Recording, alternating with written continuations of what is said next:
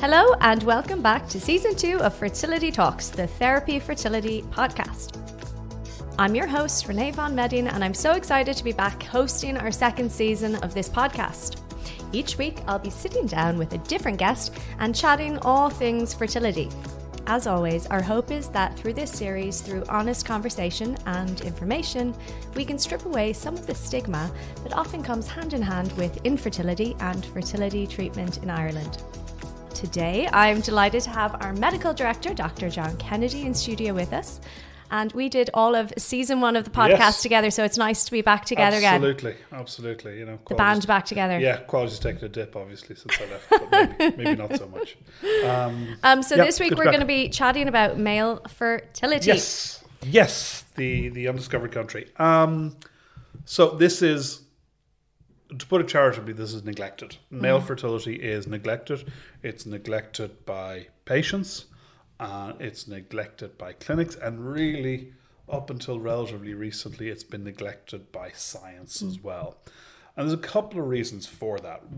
One of the core reasons is it's much harder to get guys engaged in these conversations. While men's sperm count and ability to reproduce is deeply tied into their sense of self-worth and things like that, correctly or not, is immaterial. Most guys need to be dragged along to get checked. Just recently, just really good example of this. I had a couple, and she was due an egg collection, and she contacted us the morning of the egg collection to ask, really, did the guy need to give his sample that day, or could he just do it another day because he'd been called into work? And she knew what the answer was going to be, but it just goes to show the slight detached nature of how these things happen.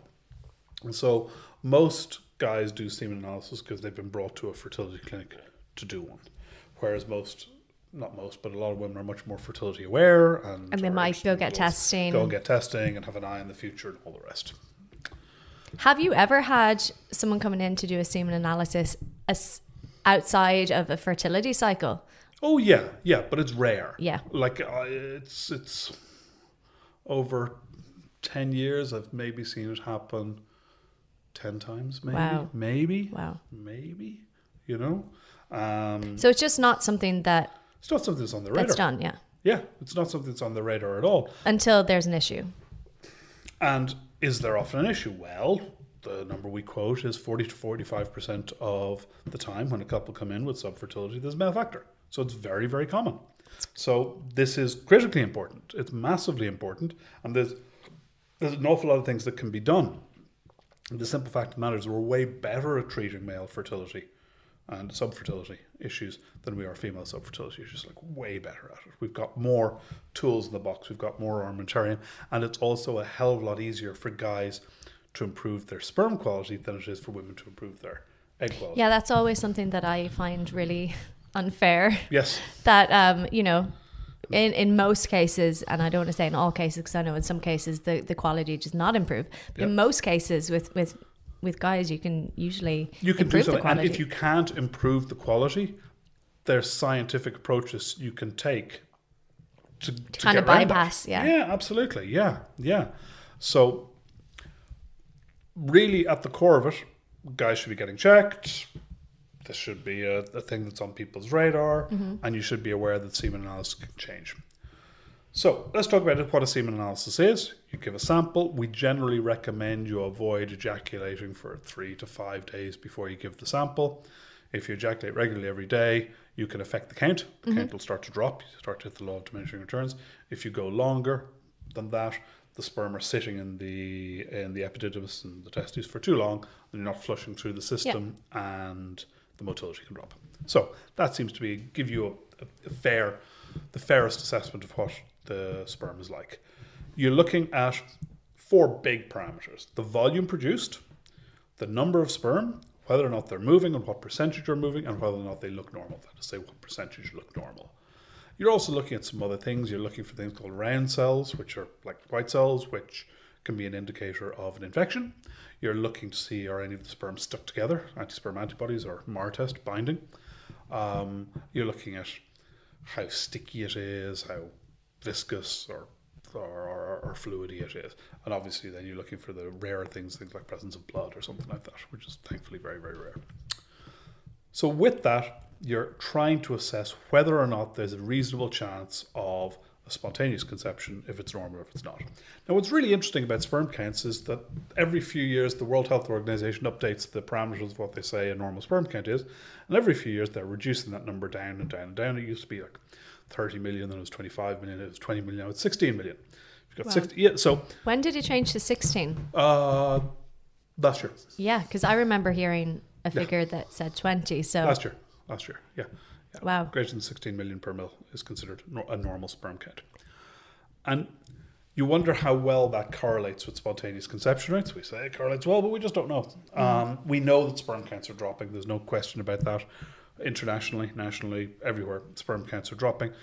There's loads of theories as to why that's happening. It's maybe it's a high fructose corn syrup, maybe it's obesity, maybe it's metabolic syndrome, westernized diets, lifestyle. Maybe we'll find there was a really interesting study that came out, nothing to do with fertility. A couple of weeks back, they found microplastics for the first time in human bloodstream. Wow. So, I mean, it's not a surprise. No. They're everywhere. They're everywhere else. Why wouldn't they be, you know? So now the question becomes, does that matter? Is that important? Is it something that's going to cause problems? Is this... So you can disappear down the rabbit hole of why this is the way it is, but it definitely is happening. Sperm counts are dropping all the time. So this is a real problem. So if your semen analysis is low, what can you do about it? Well, you look at the big stuff first. You look at diet, lifestyle, exercise. You look at smoking, which is terrible. You look at alcohol, which is terrible. You look at THC, marijuana, which is bad for sperm motility and bad for DNA fragmentation, which we'll talk about later. So you look at all those big things. Alcohol's a biggie. In Ireland, it's not a function of what we drink. It's a function of how we drink it. Yeah, so it's not necessarily what you're drinking. It's because it's binge drinking. 10 units a week is not necessarily a bad thing. 10 units in 2 hours is Yeah. poison. So you have that to contend with. So you look at these things. You try to see, look, was there any other viral illness or any other thing that was going on with respect to when the sample was taken, which is influencing the outcome. And maybe you repeat the semen analysis. After you correct your lifestyle, then you're into your supplement space. And you know how down I am on supplements, but this is something that maybe supplements can be useful in. And your antioxidants, vitamin D, vitamin E, zinc, selenium, things like that, CoQ10, L-arginine, L-carnitine. The problem with taking supplements is that if you try to take them individually, or if you are more commonly fed them individually, because this is how it usually goes, you can wind up taking 20 to 30 tablets a day, which is just not sustainable, and compliance becomes a huge issue almost immediately. So there are packaged supplements now. You don't want to buy the most expensive supplement on the market. That'll be set you back 100 to 150 euro a month. You don't want to buy the cheapest supplement on the market, you know. But some kind of mid-range supplement, I'm not naming any names in the podcast, but some of the mid-range supplements I think are perfectly okay. These are food additives. They play second fiddle To your actual diet and your actual food. Yeah. Exactly. So, but it is worthwhile. It takes 72 days to make a sperm from scratch. So if you are making changes, you won't see the effect of those changes realistically for 72 days. And if those changes are ongoing, then you can see incremental improvement beyond that. But some people do everything right. They turn it all around. They recheck the semen analysis, and it's exactly the same. Some people have sperm that is resistant to these external factors, and it's either good or bad, regardless of what that person does. Some people have sperm that's very sensitive to external factors. So if you do a semen analysis and it's low, there's loads of things that can be done to try to improve it. You also might look at the reasons for why it's low. Is there something in the person's history?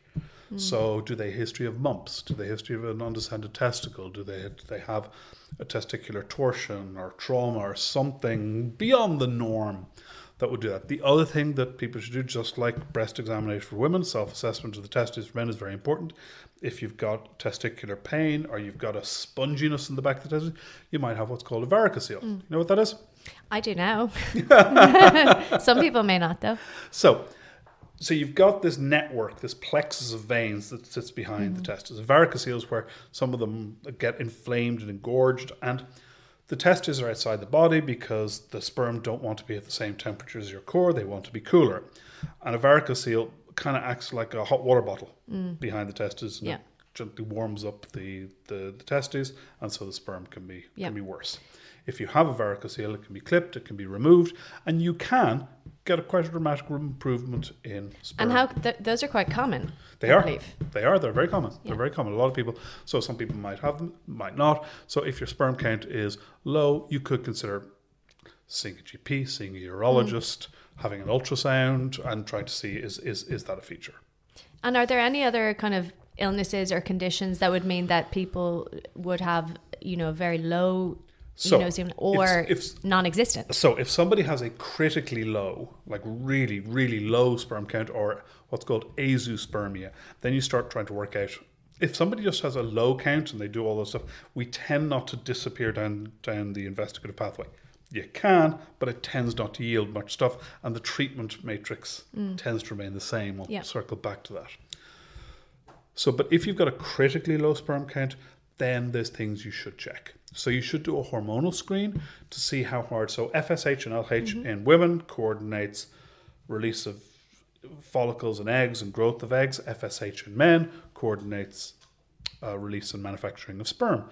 So if somebody has a critically low sperm count, you're trying to work out is a problem with production, warehousing, or delivery, essentially. So production. Kind of it warehousing instead of housing. Yeah. Higher numbers. Won't put them in a house. Pop them in a warehouse. Yeah. I like it. There was a logic there. Wow. Okay. It works though. There's a bit to unpack there. Yeah. Okay.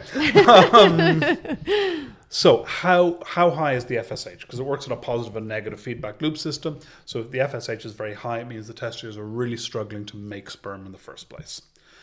If the FSH is low, and this is rare, then maybe the signaling system is turned off and you can reactivate that. Why might that be the case? Well, you might damage your hypothalamic pituitary axis. What's the most common way that men damage their hypothalamic pituitary axis in this day and age? Steroids, testosterone. And this is becoming a more and more a feature of what we're seeing. Guys who are cycling through. Now, steroid use for bodybuilding, for body sculpting or what have you, has become actually a lot more developed in the last few years. It used to be a lot worse than it is now. Now people are add back HRT and things like that, which are helping prevent running into those kind of problems, but they can still happen. Yeah. And you can knock your sperm production down to virtually zero. Usually it recovers, not always. And I have seen people knock out sperm production and never recover it, which is very sad. So that's a question you'd ask.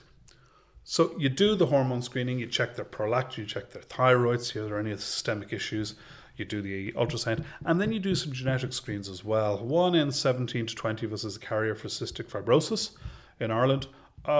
We have a really high rate here, don't we? We do. It's more balanced out now than it was 20 years ago. I wonder why that is. I don't know.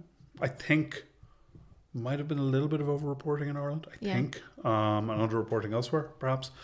Maybe we've just had a more heterogeneous kind of population knocking around now. Who knows?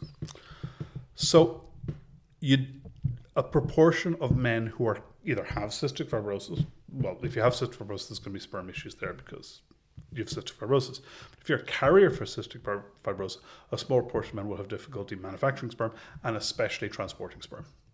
Okay. So maybe you're there. You do karyotype to make sure there's no genetic reason like Klinefelter syndrome or something like that. I was about to ask, is that XXY? Or is yes. it X? Yeah. Yes. So it's an extra X chromosome and it can be associated with no sperm or very small numbers of sperm. Maybe if there's no sperm there, you can get sperm from surgical sperm retrieval, and then you have to consider the implications of that using it. Now, then the third thing you look for is what's called Y microdeletions, which are small deletions on the Y chromosome. That's the sex chromosome that makes you male rather than female. And there's 3 different subtypes, and one subtype is associated with no sperm, and one subtype is associated with small numbers of sperm, one subtype is kind of 50-50, maybe. So you would screen for these things and do the ultrasound to try to work out why it is there's no sperm there. Is there medication you can give to try to kickstart the system, or are you wasting your time pursuing this any further at all? Yeah. And at what point would you go further than the semen analysis, chromosomal testing? At what point would you do the DNA frag? Well, DNA fragmentation is separate entirely. So when would you do the advanced genetic screening and hormonal screening? Maybe if there was less than 1 or 2 million sperm per mil, if it was very low. But even then, not always. You might have a discussion. These tests do add cost. If there's no sperm there, I would do it. No question. And also if you already had some of that information. Maybe so. Oh, God, yeah. No, I wouldn't repeat it. You know what I mean? No. It doesn't change. So, and then you would talk about what to do in those circumstances. DNA fragmentation is different again. This is not a primary sperm test. This is a secondary sperm test, which maybe should become a primary test. Maybe it should be done on everybody. It's controversial. What is it? So, sperm are DNA delivery systems. Essentially, there's the head of the sperm, it's got DNA in it, and just like in the rest of the cells, that DNA is coiled into that double helix structure that we all know. Sperm are a little bit different from other cells in the body. All cells in your body get subjected to what is called oxidative stress. These are stressors that damage the DNA within the nucleus of a cell. Cells have the ability to repair their own DNA. A cell that loses the ability to repair its own DNA will trigger its own cell death a couple of days later. It's one of the reasons we get cell turnover and cellular regeneration and regrowth all the time, because of that mechanism. Sperm are different. Sperm will not recognize when their DNA is damaged, nor will they be able to fix it. As a compensatory mechanism for this, the DNA in sperm is coiled and packed more tightly than it is in conventional cells, making it resistant to damage. The DNA fragmentation test looks to see a little bit how damaged the sperm is, but mostly how uncoiled or damageable that DNA is. Because if that DNA is damaged by oxidative stress, then that damaged DNA can still make its way into an egg and deliver a defective blueprint to the embryo. Excuse me. Resulting in either reduced success rates, reduced fertilization rates, reduced embryo formation rates, and increased miscarriage. Now, that all sounds really compelling. It's still a little bit controversial. All right, we are not as certain of this as we are about the other things related to sperm, but there is a growing body of evidence. And why is that? Is it because it's newer? It's newer. It takes decades to get really good medical data. We're never happy. How long has the semen analysis been around for? Oh God, oh my Lord, you've asked me a question there. I haven't a nod, but I mean, sperm aren't that difficult to see. Yeah. So how long have microscopes been around? Here's the important question: what is the interval you think between the invention of the microscope and the first person to look at sperm underneath it? Like an hour? An hour maybe, yeah. Okay. Yeah. This appears to work. What am I going to do with it? So, I mean, semen analysis in some form has been around an awful long time. Yeah. So we have data on that.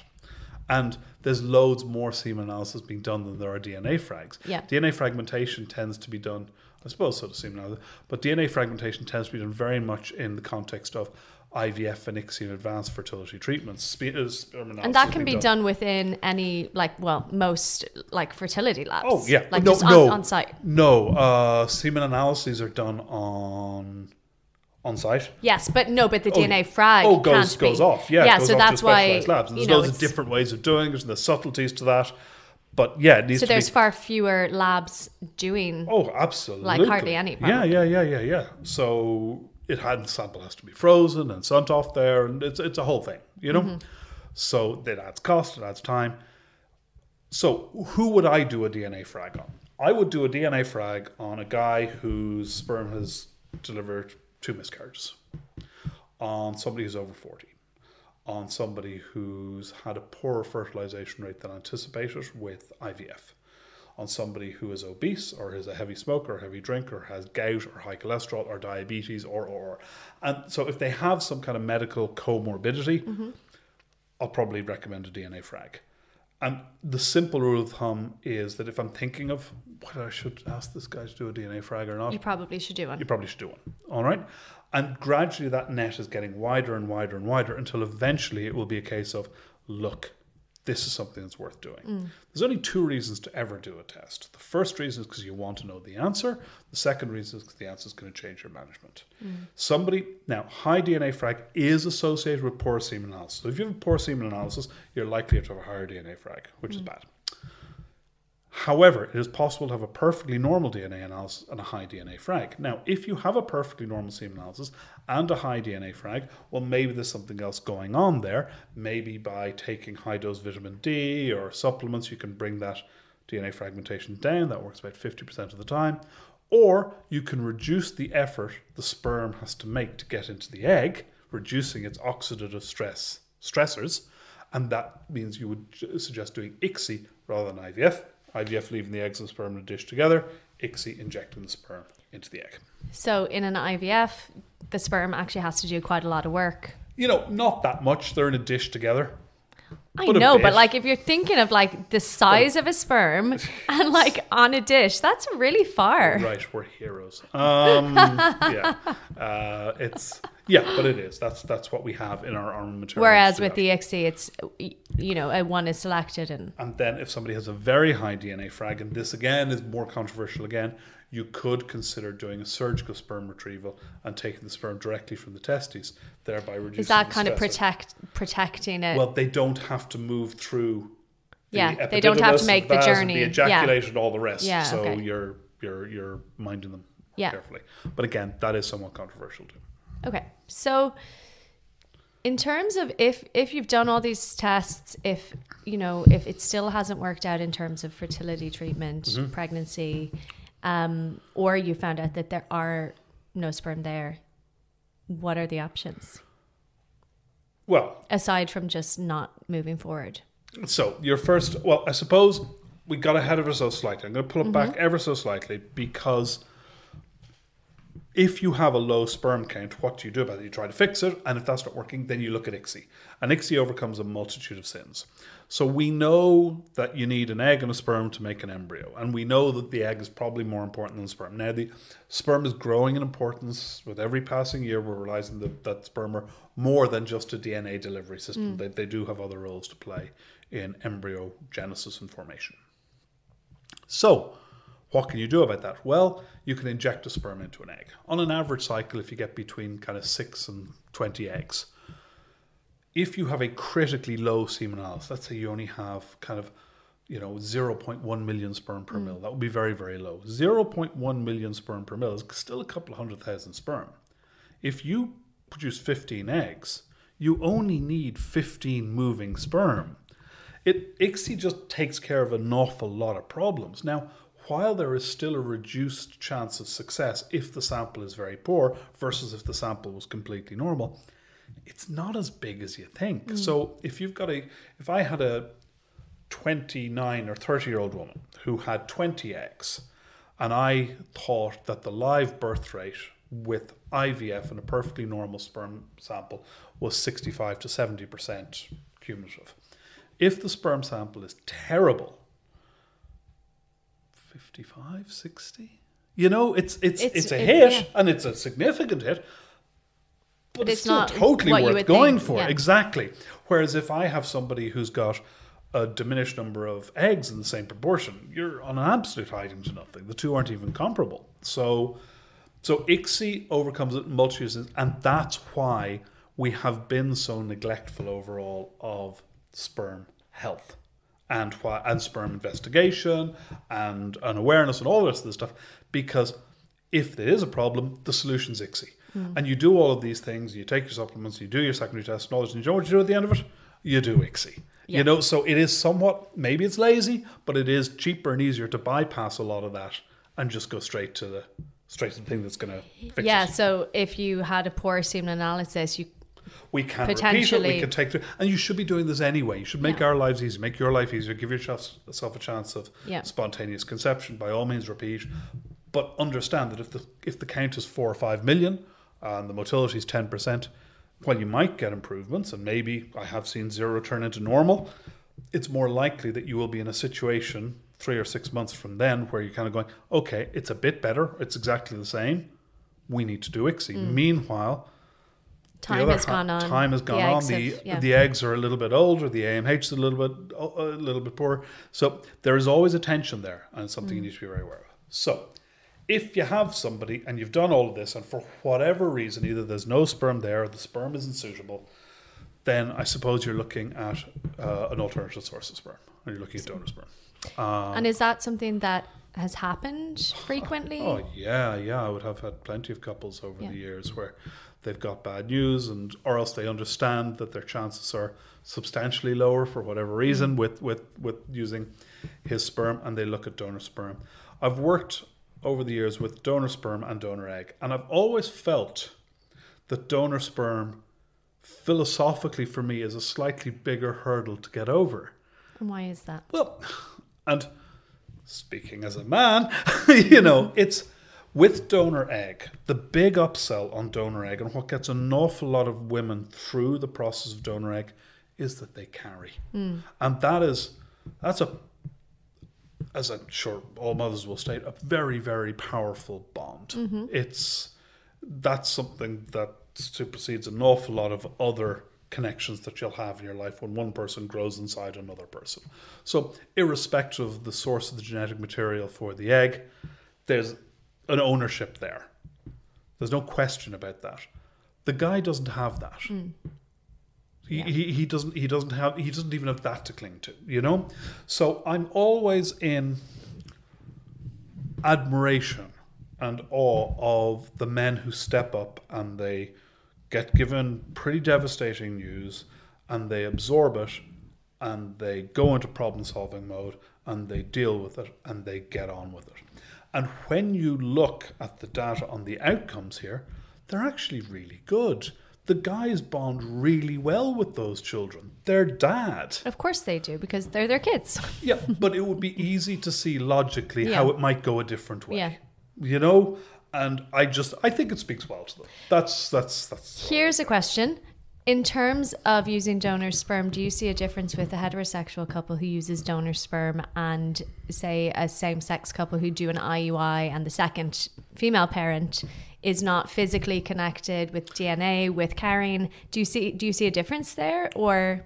Yeah, I mean, I guess I do. I think when it's a heterosexual couple, there is medicine involved. They are patients. There is a problem because we have stepped off the normal beaten track where we use your sperm, we use your eggs, and we make a baby, or you don't even need to come in. There's a problem, and this is a solution to the problem. And with female same-sex couples, generally they're clients, not patients. I love with that word, but so they're coming in for service provision and service acquisition, and very frequently there'll be a conversation went, right, who wants to do this? Now, sometimes there's an age differential or an AMH differential, but usually if you want a shot, we'll give you a shot. So there's no loss there in the same way because they know. Yeah, it's a choice. Yeah, I suppose there's no assumption that you're going to produce sperm, whereas with Absolutely. a heterosexual couple, they're coming in knowing they need a source of sperm. They want to do it in a coherent, correct fashion. They want to line up with the CFRA and all the rest of that stuff. So it's much more mechanistics and logistics. There, a lot of the time, or at least some of the time, the couple will have a very, very clear idea. It's a bit of a laugh about it. Yeah, no, she's doing it. And I say, are you sure? But usually the couple will have a very clear idea of what they want to happen. Then you start doing the testing. And what I'll often say, and again, maybe sounds slightly clever, look, we have a plan B right here if we need it, if that's something you're open to exploring. Yeah. Yeah. Okay, so in terms of talking about all of this, we know that massive stereotype, but in general, like say if you went on to like the chat forums and whatnot, I don't think I've ever seen a man on one of those ever. Yeah. I don't know if they're even allowed on them. Well, I'd like to think, I don't know if they I actually don't. I don't know. I think a proportion of the people who are on those forums will feel threatened by that. Yeah. I think. But like just in terms of discussing it openly, like it's in terms of women, women are starting to talk about their fertility and their infertility more. But even still, there's still this kind of like, hush, hush, we don't talk about this. So, you know, and then for the male population, seems to be even more so. It is the stereotype. Guys have to be dragged along. And this is the stereotype and this is the generalization. Guys have to be dragged along to get a semen analysis. And then when you tell them the semen analysis is normal, the reaction is always the same. It's the internalized fist bump, you know. And I am man. Even the female part of these scenarios is generally the pat on the leg and good for you. And there's a little bit of, it's always me, it's never you sort of thing, you know. It's all a little bit hail fellow well met sort of stuff, you know. And equally, if the result is low, it really knocks the stuffing out of them in terms of their virility, their sense of masculinity, their sense of self-worth, and they pretty quickly drop into problem-solving mode. Right, what do I do about this? Yeah. And then you talk about the various lifestyle things, but really, what you're talking about is ICSI. Okay, how do we get this? This sucks. Yeah. So it's a bad news, good news situation. Bad news, you need help. Good news, help exists. Right, let's do it. You know? So how do we open up the conversation to get men talking about the wider implications? Because obviously it's not just as simple as there's a problem, let's fix the problem. You know, there's a whole host of implications of testing, of treatment, of going through cycles that are unsuccessful, of watching your partner go through it. I don't want to be down on this, okay? I want to be upbeat and positive, and aren't we changing the world?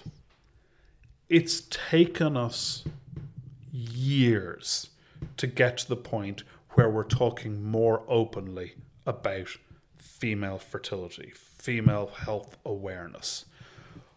We're now talking a little bit more about egg donation than we used to. We're breaking down these barriers.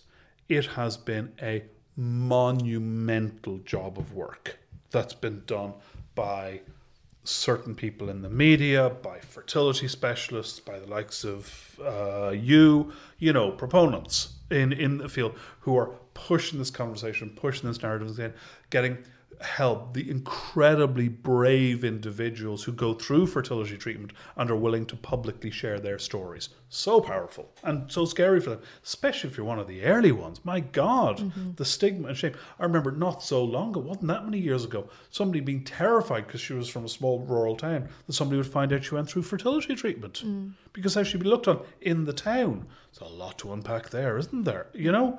So we haven't done nearly the same work in the male fertility space.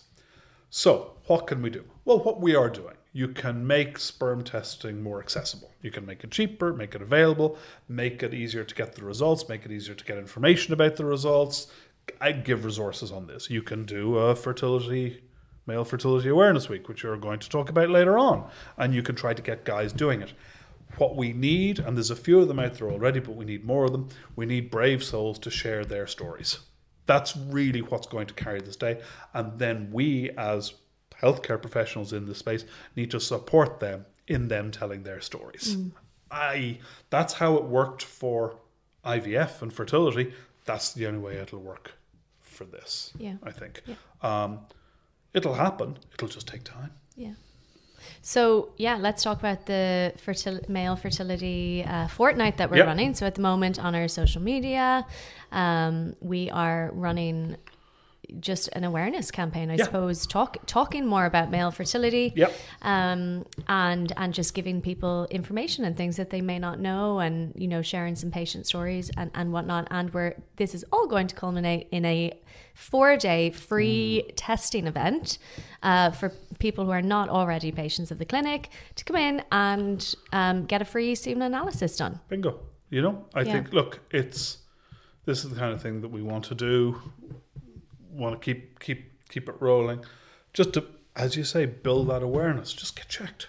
Chances are it's fine, and even if it's not fine, it's not the end of the world. Lots of things can be done. I mean, a low semen analysis means so much less in terms of your future fertility implications than a low AMH. It doesn't mean there's suddenly a fire under you or anything like that. It just means you need to be aware.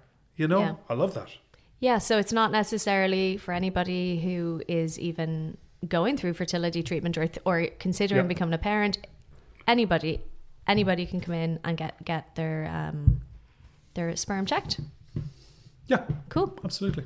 So if you're listening to this, do it. Yeah. Oh, 100%. Please. Yes, absolutely. I'm sure you'll push the message out there. Well, thanks so much for coming in and chatting. I think that's us. Thanks for having me back. It's been a pleasure. As always. We hope you've enjoyed this episode of Fertility Talks, the Therapy Fertility podcast. If you have, please rate, review, and subscribe. For more information on the services we offer, you can visit www.therapyfertility.com.